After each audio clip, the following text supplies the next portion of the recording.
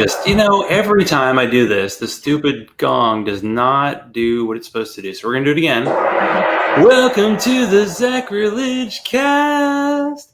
And you listen to quality podcasts when the person on the show is like, oh yeah, maybe cut that out. And then you don't cut it out because you hear that part. That's my show. So welcome, Amy with an I, and hopefully after this conversation, formerly of Secular Soup. Oh, that's Diga Eagle Eye. I have a secret though. Oh, you do? Yeah. So we feuded and broke up like 6 months ago. So you can't do anything. Wow. Yeah. So you just had that many shows and no. We grudgingly talk to each other once a week. But we already despise each other. So it's like you can do your worst. Okay, and then nobody's ever had a beverage out of this, but I have it. Nice. And of course, on the bottom, because I'm special. Mine has none. Slurp even this year. Oh, it doesn't? You get one? That's kind of cool. Yeah, we both have ones. We have purple bowls. They're different. Now, I have a couple of out-of-context quotes, although your show is pretty much all out of context, so... Yeah, it's not going to do I don't know if it works. It's definitely not a shaming thing. Some people are like, honestly, there's not really anything you can say or do that would embarrass either one of us, probably. Yeah, that's I guess that's a good thing. Yeah. Did you know vaccines cause autism? Yeah, Jenny McCarthy told me. And if you put a gun inside a vagina, it would be protected. I don't know if I got the rest. I just got the first part of that quote, so it's close enough. Oh, yeah, because then the government would pay attention to it. Not anymore. All right, so let's start the show with the hard-hitting questions. So about a month ago, I had AIM Y on the show. Yeah. Why can't I tell time zones? Who calls herself the Superior Amy. Fair. And our goal tonight is to get the rest of the story and... break up Secular Soup, although apparently you've already done that. Yeah. So AIM Y says... And I can't even say we had a good run because, you've met her. Never had again. Oh, yeah. You're waiting for the good part. So AIM Y says that you got a little drunky wonky at the Skepticon conference. So what's your side of the story? I was challenged to a drunk off and... Was it a drink? What was it? A vodka tequila combination? Was that something? Vodka, but that's not what did me in. It was. That's not. Wow. No, it was like Sailor Jerry or something terrible, and I was doing shots with Hertzy Hertz. So, and I didn't realize this at the time, but my fiance was matching me shot for shot, and then taking care of me all night. But he's also like 3 times bigger than me, so he actually won the drunk off, not Hertzy. Yeah. That's the thing about like atheist conferences is like drunk there is like maybe 3 times the legal limit because people just, they've known each other online forever and they get to meet people in person. And they're like, well, this could be really bad. So let's just drink a lot. And it starts, on the drive to the location. And then if you are lucky enough to stay at a hotel where your event's happening, you don't have to go anywhere. Yeah. Everybody just got... And I went with a friend from the show to a liquor store right around the corner. And there was a whole rack of vodka that was on sale. And so we bought like 2 or 3 bottles of it. And it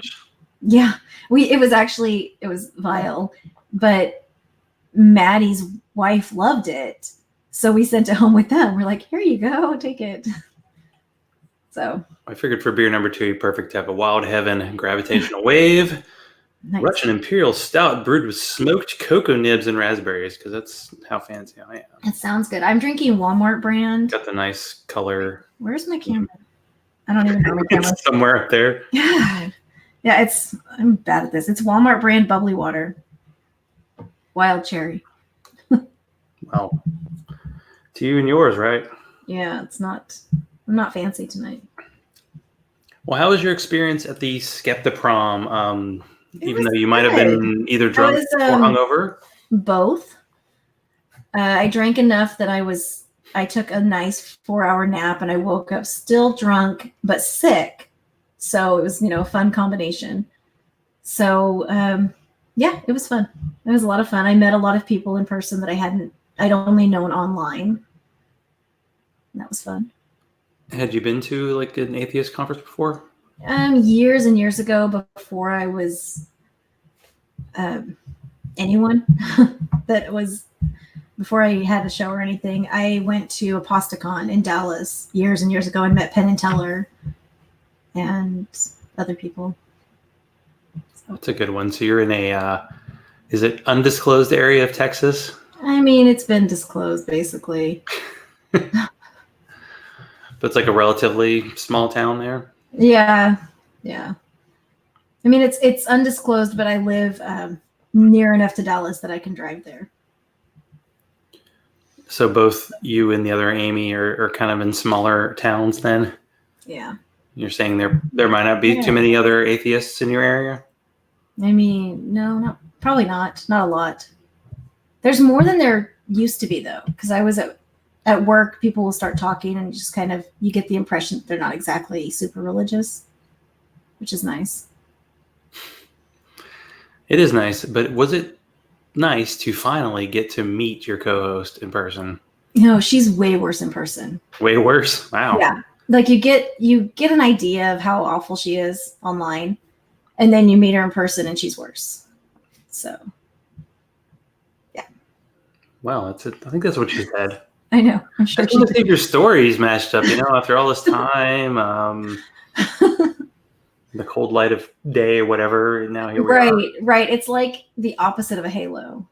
Only it's like that discomfort in the pit of your stomach, just constantly in human form. True. And she was right down the hall from me, so we got to spend time together the whole time. Because I like to torture myself. Well, atheist leader or atheist friends break up for the dumbest reasons, like an atheist leader sexually assaulting women. So what happened to you two? Like, what made it work, and then what made it not work? Or did it ever really work? It never really worked. Were you just faking it with each other? Yeah. Is that what it was? Yeah. Trying to get patrons. Trying to get patrons? Now we're in a feud. How many, what is it? How many riches do you have? I don't know. There's the 122nd rich, and then the editor. So I'm not really sure how many we actually have. The editor, that guy. We have a couple Nathans, couple riches. It got to be a two, Nathans. Some ladies thrown in there. Yeah. So in the chat room, Aim Y asks who your favorite Amy is. Now, I don't know if that's the your spelling or her spelling and Tori spelling, whatever, a certain spelling. Fair. It's fair. It's fair. It's a fair question. Go ahead and answer it.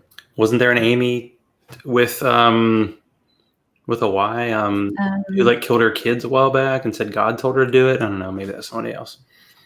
I'm sure if you look it up, I'm sure if you Google Amy with a Y killing her kids, Someone killed her kids in Houston a couple of years ago. She had 5 kids. Oh, nice. I don't know if her name was Amy though. And my phone's across the room, so I don't know. I feel helpless without it. So there was a cat picture under your hotel door? I'm just getting my questions now from the chat room. Yeah. So I came home one day, and from not home, I came to the hotel room one day after an event or, whatever. I didn't actually go to any of the speakers except for Callie. And I saw a couple of things that Callie did because, Callie's amazing. And then, so I came back to the hotel room and I opened the door and there's a picture of Amy's fucking cat underneath my door. So I gave it to Don Ford because, that's what you do with a cat picture. I was going to stick it under Ari's door, but they were leaving when I was walking by. And so I just played it off. I was like, hey, I was going to give you this. And now I'm not. So now I'm not. Yeah. The surprise is over. They didn't seem very disappointed that I wasn't going to shove a cat picture under the door. Yeah, I don't know if Ari's much of a cat person. It's hard to say. Not sure. We didn't broach that subject. Mine. When you're doing shots, you can't get that personal, right? I mean, come on. I actually did not meet Ari until Skeptiprom, or right before Skeptiprom. So I was already drunk by then. You don't say. Mm-hmm. So how long did it take to go from 0 to I mean, so you arrived at the, did you drive up? We drove about 10 and a half hours. My goodness. No wonder you wanted to drink. And I didn't work, or I didn't take the day off. So I worked from 7 a.m. until like the end of my shift. And then we came home, had my kids for dinner because I couldn't keep them overnight that day. We had them over for dinner, and then I took them back to their dad's house, took a power nap, packed the suitcases, like the last minute things, and then drove. We left about midnight, and we drove straight through and got there about 8 or 9 in the morning. Something like that, maybe a little later. Well, you do know, being an atheist, saying having your kids for dinner has a totally different meaning. So I just want to check that they're still around, or if they were just. I have teenage boys. It's always hit or miss. Yeah, I don't think the flavor profile would work out. So yeah, just it's like that sweat sock feet smell. I bet. Like Frito pie. So well, with like there's a bird in the house somewhere, but you don't have a bird. It's like died in the the air conditioning vent or something. It's been sitting there for a while. Yeah. Something like that. Well, it's a good opportunity to transition into unexplained smells. Sure. So, in your last episode, AMY mentioned a smell in the car. So, what happened there?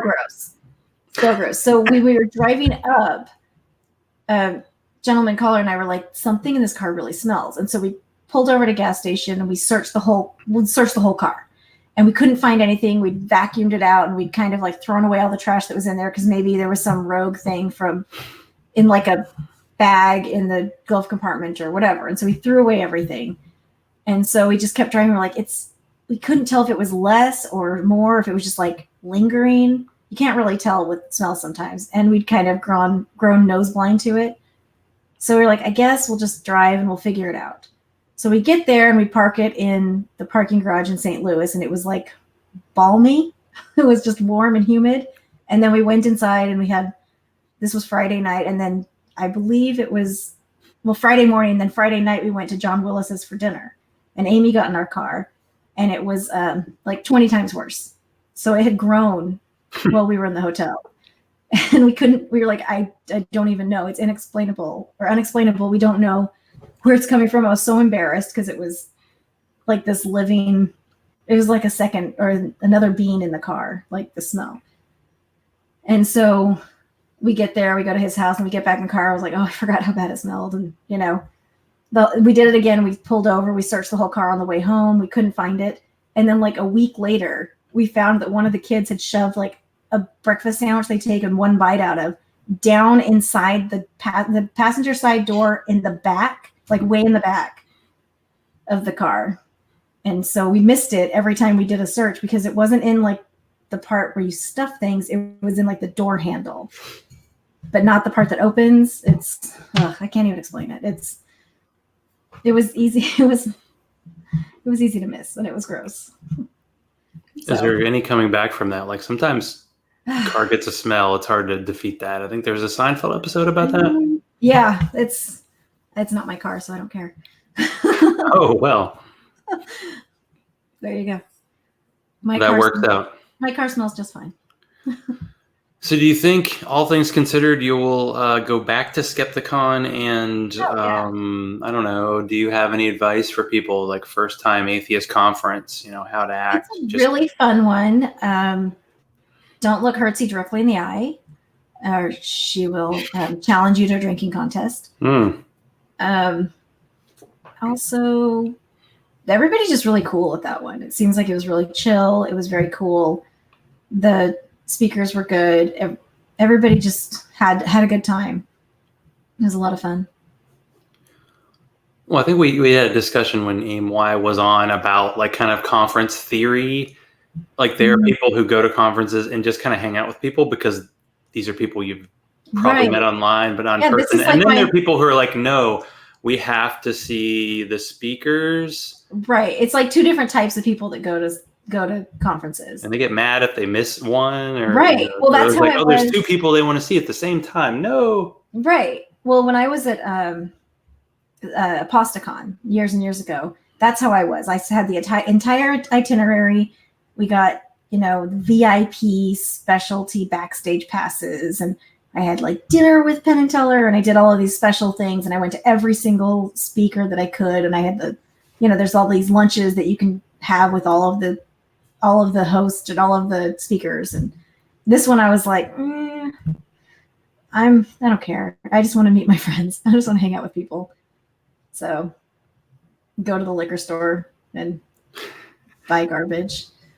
And get somebody else drunk. I know I bought some kind of like peanut butter porter that had Jesus in the name, but it wasn't, didn't live up to it. It sounds terrible. It's no Even More Jesus, which was the first beer I had in a podcast.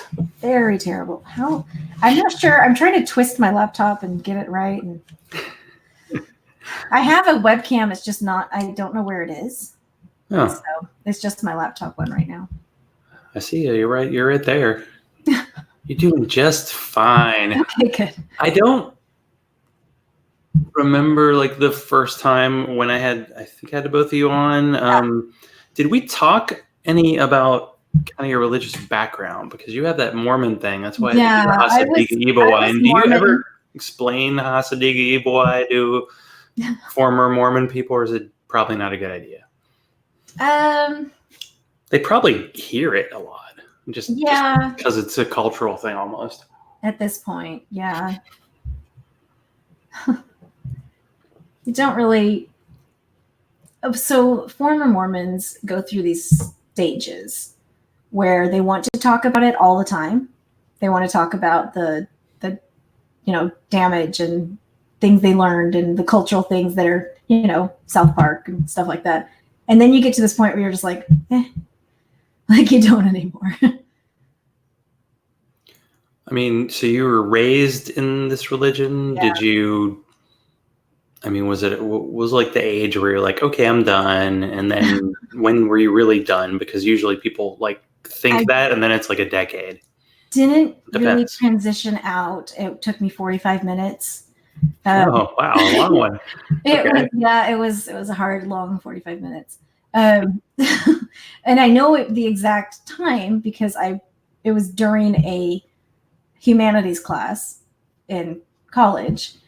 It was about probably my sophomore year.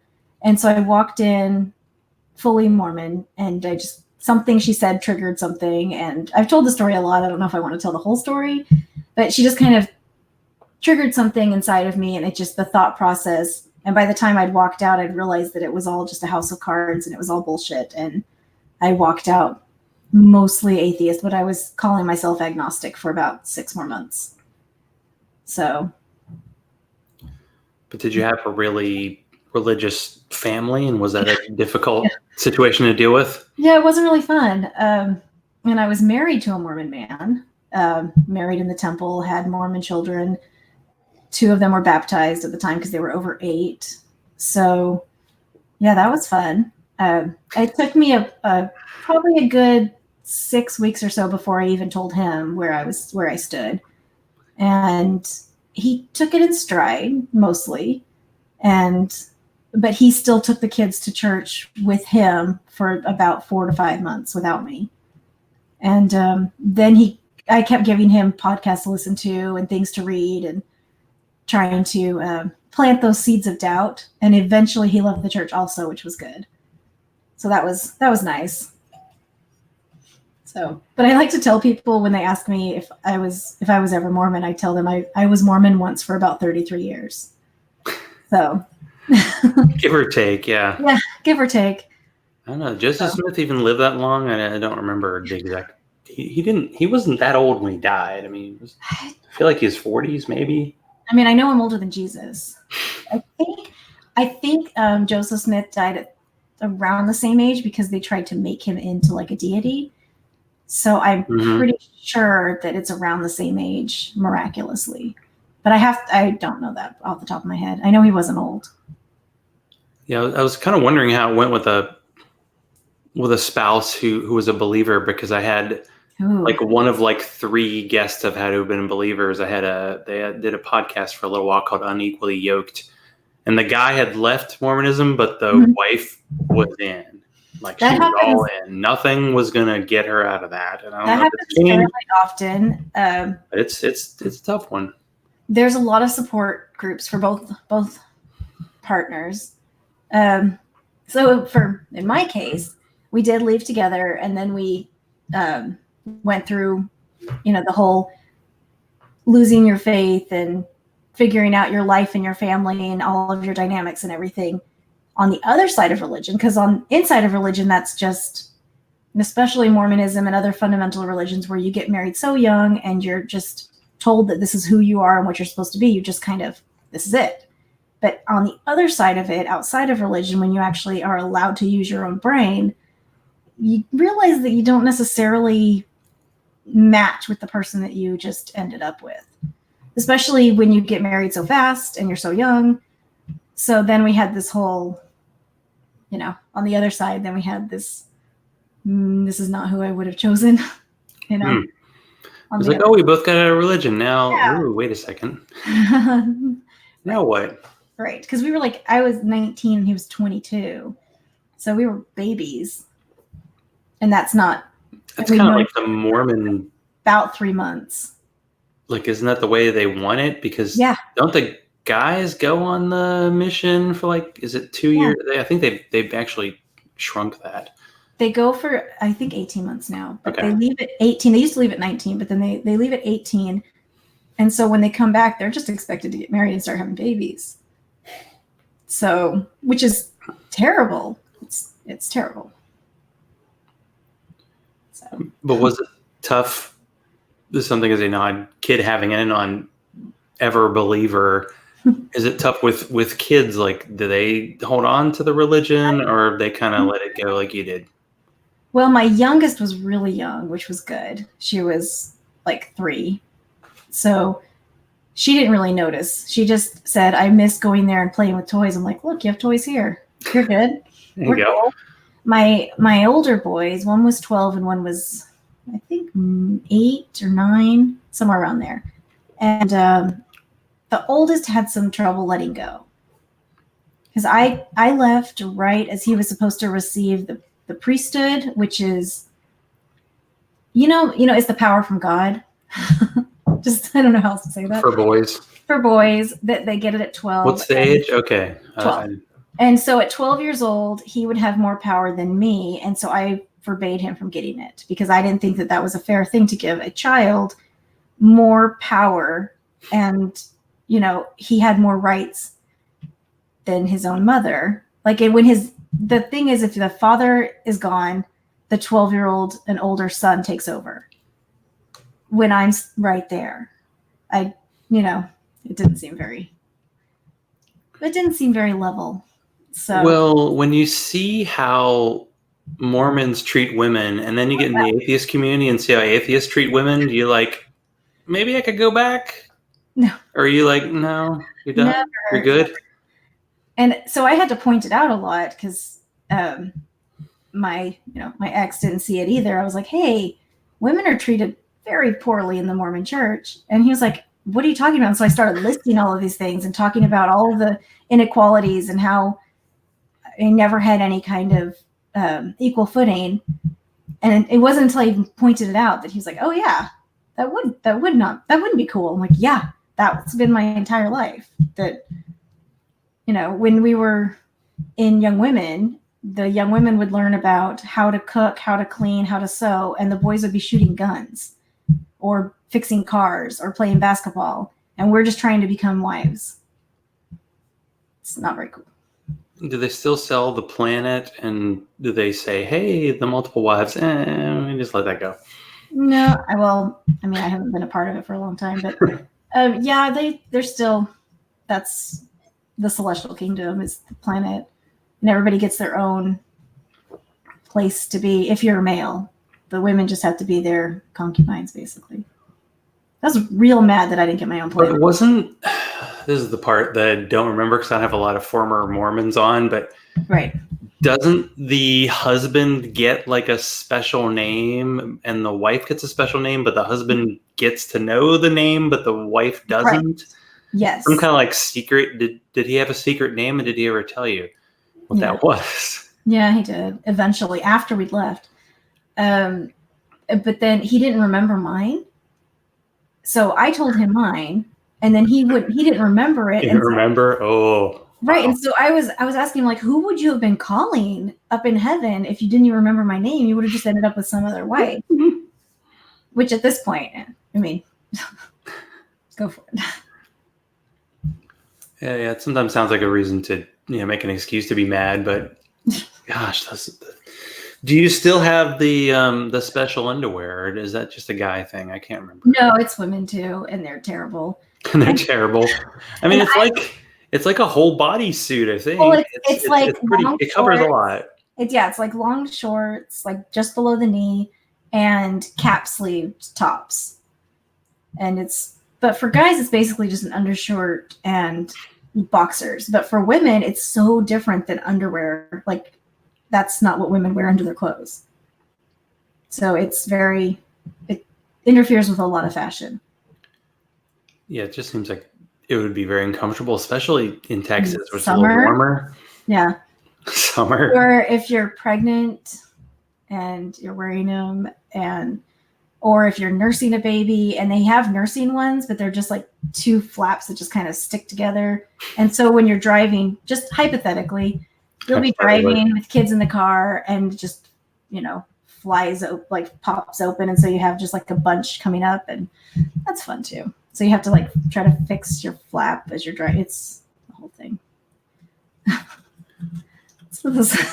Do you miss anything about being a Mormon? No. I don't actually. I like knowing everything and having all the answers just handed to me. It was the absolute comfort in that. Just knowing that if there is a question, I already knew the answer. It's a comforting, I know it's a hollow comfort, but it's very comforting to just know everything. Now I know nothing. Now I know nothing. Yeah. But at least you admit it now, right? I mean, yeah. So. Well, I do a ton of research for the show, so I listened to like one episode of your show, and in your latest. That's basically all they are. The latest episode, the one thing I failed to cover with Aim Y is. Sorry, I didn't mean to disappear. Her health issues. So I hear you have back issues. So what's happening with that, and why is it important to cover like opioids when you have skin or back in the game? Well, because they're awesome. Because they're awesome. Yeah, I was in a car accident in April, so my back and my shoulder kind of messed up. So, but they're just writing me basically Motrin. And, I don't talk about my job very much, but I'm a coal miner. So I have to use my back a lot, because coal mining is big. Thank you, Trump, right? Right. Well, because coal mining is big in Texas, especially in Dallas. So, no, I'm not. But yeah, it just hurts, and I would like better drugs. I don't know if that's what we talked about. Is there a long-term like solution here, or they say, oh, this is something that's going to bother you for a long time? Well, it's very painful and debilitating. I'm probably going to have shoulder surgery at some point. But it's okay, because it's okay. I'm not going to go into details, but it's okay because it was not my fault at all. So it's covered. It's what I'm saying. It's all covered. Like it's not hurting me at all. I mean, besides pain. Covered as long as you're like employed by your current company? No, it was from the car accident. Oh, it's because of the insurance thing? Right. And I was not at fault. I was zero at fault. So like I was literally in a drive-through in park. So. Well, that's kind of shitty thing to happen. I mean, I know it really was. Totaled my Jeep. But I mean, in the episode, there was a discussion. I can't remember. It was like a law that had passed. Maybe it was in Minnesota, where like the doctor had to like visit your doctor and get every time they gave you a new prescription, which is usually, I think it's 30 days. I know I get some for 90, but it depends on I think with the stronger opioid type stuff, they don't, they don't just write you a script for 100 pills anymore. Yeah, you have to go in and get the doctor's visit, which is the copay. And then you have to, some of them, you have the doctor's office on the back end. They have to get a PA to get special permission, essentially, to even have the pharmacist or the pharmacy release it to you. So, and then the pharmacy will call the doctor's office and they'll ask if you gave that permission, and then you'll get your pills. So all coal miners know the inner workings of a doctor's office. Yeah, I bet. But you don't take anything now? No, prescription stuff? I wish. I mean, I take whatever. Does it cover everything? Like the pills and stuff? Do you still have pain that isn't taken care of? Oh, yeah. Comfort? Yeah, all the time. I go to physical therapy 3 times a week right now, and I keep getting pain shots, and it's not touching it. They keep doing more MRIs, more scans. They're just trying to figure out where exactly the damage is. It's fun. Well, that stinks. I mean, I had like a back surgery 18 years ago, and I have to take gabapentin because I have nerve damage. Yeah, nerve damage. And it's pretty permanent. And every few, I don't want to take it every day, and then I wake up with these crazy zaps in my foot, and it's very, very minor compared to what other people have. Yeah, well, the nerve damage is it's not fun at all. And it's not reversible. That's the problem. Well, they tell you it might grow back, but it's been like a year. Odds are. It hasn't, it probably won't. And you're oh, good. Okay. Yeah, I have a weird pinpointy nerve weird spot in the middle of my thigh. I'm like, okay. And they were yeah, that's from your back. I'm like, cool. Cool, thanks. I was what do we do about it? And they're watch it. I'm like, okay, cool. Watch it. Yeah. Okay, I'm looking at it, and that's it. That's fun. So. Well, can you vagsplain to me the concept of vagsplaining? I don't know if Amy with a Y got to that in our show because she's terrible. She's terrible, but she's the best, right? No, she's just terrible. No? Okay. She talks about drugs a lot. She's already asleep, probably. Yeah, it is 7:45 in human time. So vagsplaining is when someone who is solidly an expert on something explains to someone with a smaller man brain what is going on and the details of everything, the facts and details, in a way that's broken down into small palatable pieces so they can comprehend it. Do I need to say it again? Slower for the man. Okay. For the man brain. Okay. I knew that's where you were going when you were. I'm just wondering because, guys are clearly better because look at our world. It's so awesome and everything's great, especially in America. It's we got the best leader. We're all set. I'm not complaining about that. I'm pretty solidly pro-Trump. So. Pretty solidly pro-Trump. Yeah. I say that at work and everybody looks at me like I'm crazy. Yeah, Amy at the Y still awake. How about that? Weird. Weird. Past her bedtime. I mean, do you ever get a feeling on your show that you don't get to say your piece because she's always talking all the time, or you feel like you both get to say what you want? Yeah, I just say it anyway. So usually we just talk, but it's better if we have a guest on because then we just talk over the guest and they never get to speak. That's my favorite is when we have someone like Eli Bosnick or something on our show and then they don't get a word in edgewise. And then we can brag that we had Eli Bosnick on our show, but we really didn't. So I heard him say a whole 2/3 of a sentence. So I feel like it's a win. He brought up toaster porn. That's all he really needed. Oh yeah, the whole thing. Yeah, the toaster. Toaster. Yeah. Pretty much all he needed to say. And then we're like, Eli Bosnick, ladies and gentlemen. Yeah. Why is it that his porn search history comes up in every single Puzzle and Thunderstorm podcast? It's very odd. We're not Puzzle in a Thunderstorm. We're Delightful Bitchcraft. Delightful Bitchcraft. We are a separate entity altogether. Mm-hmm. That's right. And have you officially gotten to take down Cogdis, or are you still working on that? No, they won't message us back. It's very upsetting. We gave them wedding presents and everything, and no. We were in St. Louis. Chicago's not far, and they didn't even bother to get in there. I don't know what kind of vehicles they have, probably mopeds, and drive down to St. Louis. I don't know. They have probably a minimum, and those guys get like envelopes of cash handed to them. I'm pretty sure that's what happened when they're at ReasonCon. Gross. Back in the day.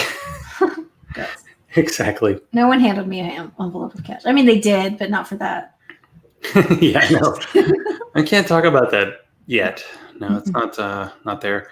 So what's the deal with you and forks? Apparently you keep a drawer full of them at work. Oh yeah. I don't have I don't have many forks anymore. I have straws. I have a lot of straws in my drawer at work. So I love straws. It's a bad thing. I have a straw right now. I have a problem with straws. So I have bad for the environment. It's like the worst thing. It's terrible. It's terrible. I actually have been pricing those metal ones, but just the thought of those little things cleaning them and how clean they'll actually get, there's way too much thought going into that. So right now I just have bendy straws, which are terrible, and they're going to end up in turtles' noses. I know it. Well, you have the secular soup bowls. Will you ever transition into secular soup sporks? Is that the next level? That's good. We tried at one point to make wine glasses from the wine I have drank. Repurposed. Pre-used? Is that what it is? Well, you can cut them and make them into like wine glasses, and then we could write, terrible things on them. But I could not get not one to cut. And I tried everything. I watched every YouTube video, and we were sitting there cutting them like late into the night. We were just doing it over and over and over again. And you just like ice bath and hot water and all these different methods, and nothing. It just never worked. They didn't even like crack a little. It was just, and we were even etching it. I had the wine glass cutter and it wasn't working. So.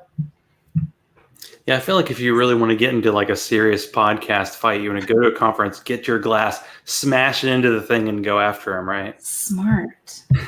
I don't know. Yeah. So if they're ignoring you, do you have to like find another podcast to take down? No, it means we won. It means you won. Well, I mean, obviously it means won. They're too scared to respond because they know that we outmatch them in every way. So. I mean, we obviously outwit them. Obviously. So. Well, clearly, I mean, the thing is with cognitive dissonance, they're still doing like this entire show. But with secular soup, I feel like you're pulling the whole Tom Sawyer, like paint the fence move. So you're getting people to do your closing for you. Is the goal eventually to get people to do the entire podcast for you? Well, no. And then you get your Patreon money, and then other people do the whole show for you? We really like talking, so no one's ever going to do the meat of the show for us. Just the beginning and the end, and maybe ads. Like pre-written? Or we do things like this where we do a show, and then we just take the audio and make this our episode. So then we don't have to record a show 1 week because it's already done. Well, is this the plan? Like I always hear people say that Trump's doing this 4D chess thing when he's just really dumb.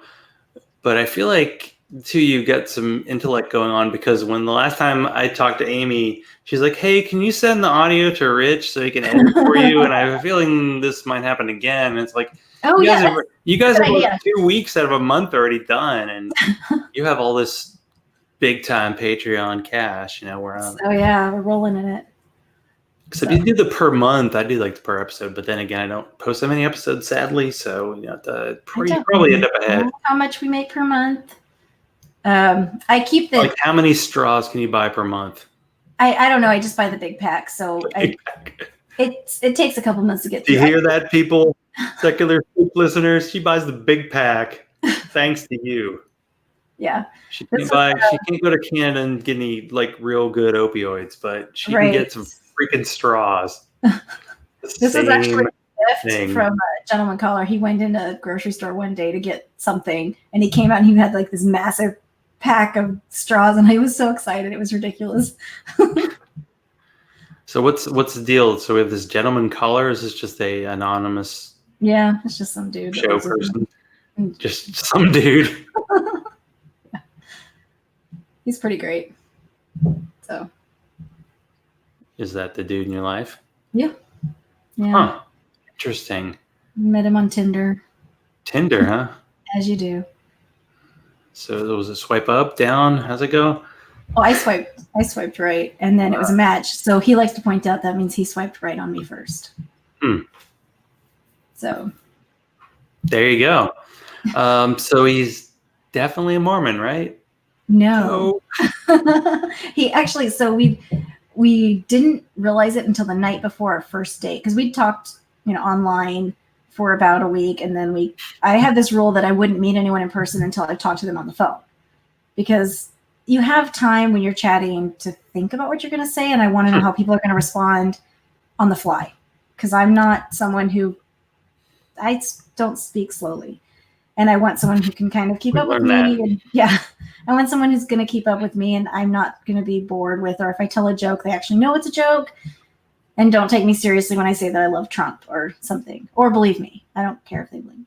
I don't know. So I talked to him on the phone, and he just kind of mentioned that he was from a large family, and then said, "Oh, it's because I was raised Mormon." And I was like, "Oh my gosh, I was raised Mormon." And so I got all excited because there's so many ex-Mormon support groups and Facebook groups and a lot of social things that you do when you first leave the church. That's like the people you hang out with. And I didn't meet him anywhere in those because he'd left years before. And so I like to joke around that I met him in the wild. Like, I found an ex-Mormon just free range. So it's kind of fun. So. Does it help to have that kind of shared history in a way? It does, actually, because then we... Was he 33 years in, or not as long? Like 15. I know. It's like a teenager. Come on. Not even get the real experience. I have no idea who intellect versus ego is, but quality work in the chat room there. I can't see it. Should I be able to see it? I don't know. I have no idea. I'm glad I can, but yeah, usually, the YouTube version, the guest could. I can see it. That's right. I realized that I was on private chat, but I realized if I hit live comments, I can see the comments. We do make $7,000 an episode. Amy says so. Right. And I was going to tell you that I keep all of my calculations in my Bentley, so it's in my other car. Less smelly car. It's on your car. So. I mean, I feel like "She Jerks It to Trump" should be an episode title for you down the road. I think it's going to happen. I have no idea who that person is. I usually have the same people in the chat room, and we get some outsiders tonight, and that works. Okay. I know who it is. Because he hasn't showed up because he's an asshole. Anyway. There you go. He told me who it was. Oh, really? Yeah. No, I have no idea. It's my friend. It's my friend. Okay. Super friend. So you really don't have like the secret talent or joke or anything, or I have my favorite joke. Okay, let's do it. Okay, so my favorite joke is, where do you find a turtle with no legs? Where do you? Right where you left it. That's a good point. Or in the Senate, based on how things go. Yeah. Political joke, nailing it, crushing it. So your show, okay, so you're broken up, but you're having like breakup show sex, or just talking, which is better. Yeah. I feel sorry for you then. It's better. Sorry for me? Oh, well, yeah. I mean, if talking I have to bring on guests so they can talk while I drink. I mean, it's basically my show. That's all there is. That's all there is to it. She's upset that I have other friends, but we're not even friends. She and I are. Well, exactly.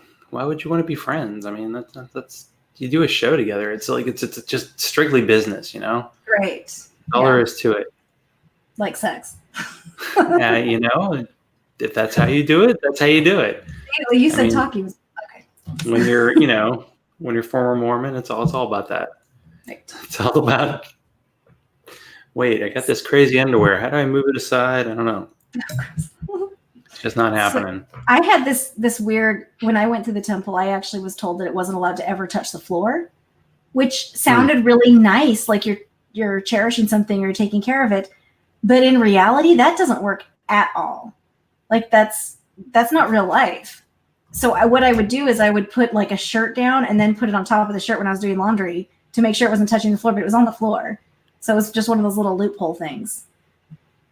So did you do the thing where you actually like reached out and said, "Hey, I'm out," or are you just like, "Nah, it's not worth it"? Because like getting off the book sounds like you have to do some serious efforts. Well, every time I do one of these shows, I hope someone will see it and excommunicate me. I'm still on all the books. I would really like excommunicating people because no, they like adding people. They're like, "Hey, all the people who died in the Holocaust, they're totally Mormon now." That's not insensitive. Even after someone quits the church, they still count their numbers. So their numbers are grossly inflated. But I want someone to look me in the eye. I want some man to look me in the eye and tell me why I'm not worthy of their heaven. I think that would be that would be good. Probably because of breakfast sandwiches. Oh yeah, call back. Hey. So how do people find Secular Soup? Because this show is awful, but Secular Soup is great. So I would guess Google. I'll guess Google. You make it easy. You're like, no, just yeah. I mean, Google if you spell it. If you can't spell it, you'll probably get it. Just type the little. So all phones have like the little microphone thing. You can just type it and say it if you can't type it. So, but both words are easy to say or spell. So, but yeah, we're on every podcatcher. We're on Stitcher, SoundCloud. I don't know. We also have a YouTube channel which has all our audio on it and some videos. So. There you go. That's where you find all the glory. Yep. Broken up, but not really. So I guess we didn't succeed in breaking up your podcast. It already happened. It already happened. And you're living in like multiple universes at once, where it's happened, it didn't happen. She got tired of living in my shadow, which I get. I understand that. Mm-hmm. So I just let her. I had to let her gracefully leave. By not leaving. Yeah. Why would you do that? Well, thank you. I also said it because she's not there right now.